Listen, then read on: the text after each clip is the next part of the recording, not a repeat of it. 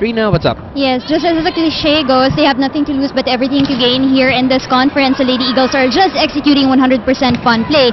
Coach Parley even said this is just like a tune-up game for them. These games will bring out the competitiveness and hone their skills in volleyball. Now, this third set will all boil down to their mental toughness, no matter how aggressive this game will come about. Now, lastly, Assistant Coach Charo Soriano just reminded Alisa Valdez to improve on her timing and blocking. Back to you guys. Okay, thank you, Rina. And Ateneo, sabi nga ni Rina, they can be proud of this performance, although it's not yet over. But again, they didn't use that option to field in a guest player. Yes. They stuck it out with a regular team, with a regular set of players, and good showing the first two sets. Yun lang siguro itong Sandugo San Sebastian team na warm up na, got the hang of moving inside the court. Eto na, they're just like picking apples right now. Kung saan nila gustong ibigay yung bola, ipatak yung bola, that's what they're doing. Tejada. Another one of those tall players for Ateneo. Tejada coming in, a very young player at that. Mikasa, official ball of the Shakey's V-League. Good block by Nen, I'm sorry. Over the top, that's Alisa. Look at the power.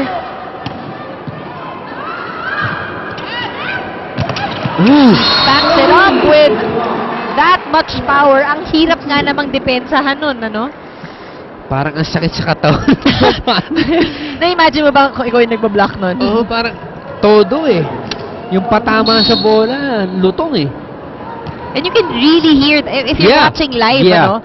And from where we're seated, talagang maririnig mo yung tunog ng bola from the time it contacts the hands of That's true. Cheng.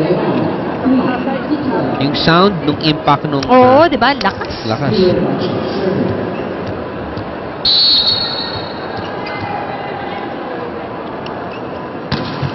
Z with a good serve. Wally again. Lumilipad na eh. Parang nakakuha ng second win si Jang. Tumatawa na nga eh. Oo. That first set we saw, and that second set we saw her really tired. Pero ngayon mukhang nakakuha na ng hangin. Shakey's, if it's fun, family pizza, gotta be Shakey's. Yan ang kinakain ng mga teams the day before a game. This time she gets blocked. 13-4.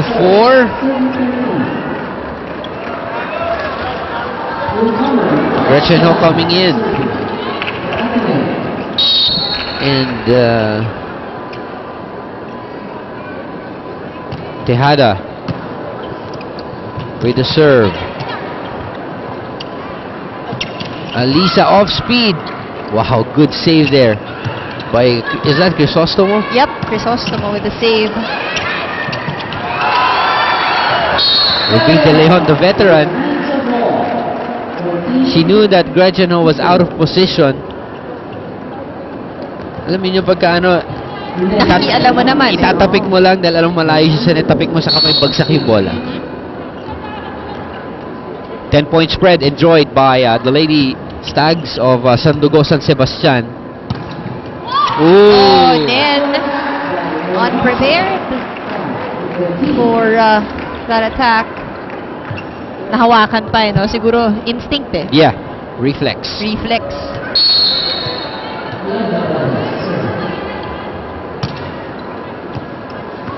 Poor reception. Oh!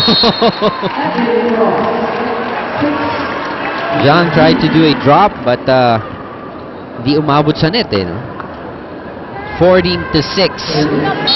Sandugo still on top. Alisa trying to serve some more points in. Oh, lucky and she does. Lucky serve.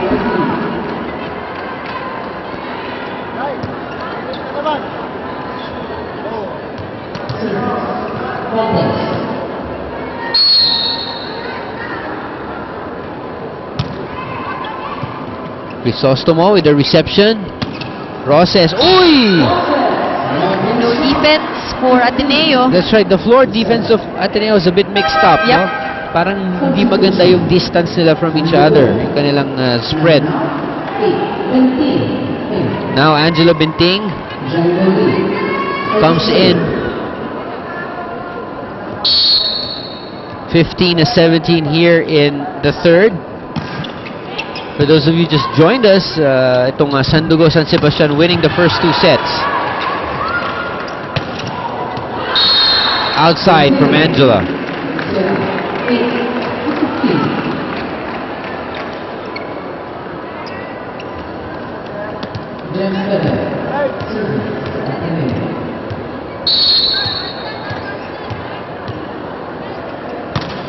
(15-8).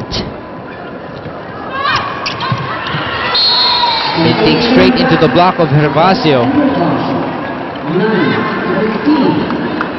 Ateneo taking it 1 point at Yep. a time. Down to 6 with Gem serving. Ang maganda niyan, hindi mo sila nakikitang nagmamadali at this point.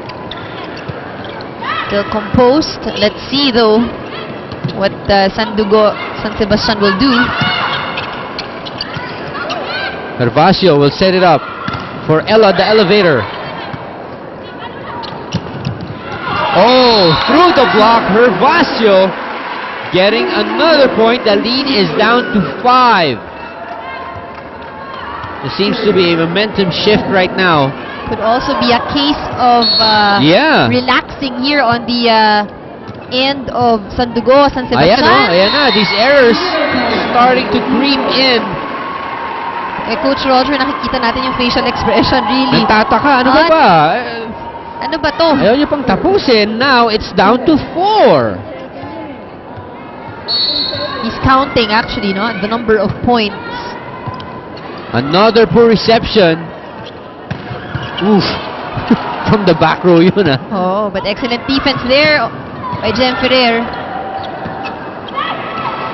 Ay, mahina yun. Mahina yun. Wala, nakita na natin from her approach, from the take-off. Medyo malayo rin sa kanya kulang.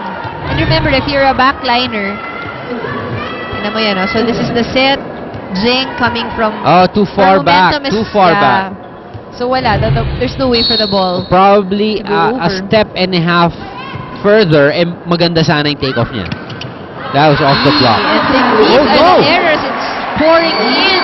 No touch from the block. So Zane Roses with that running hit sends it long. The lead, which stood as high as 10 points. Yep. Ngayon, 2 na lang. Yan ang nasasabi rin, no? Kung patient ka, you will get there. And that's exactly what Ateneo has at this point. Patience. Yung reception ang nawala. Outside, off the block. Angela Binting getting the second technical timeout for Sandugo San Sebastian. They're up by 3. We will be back.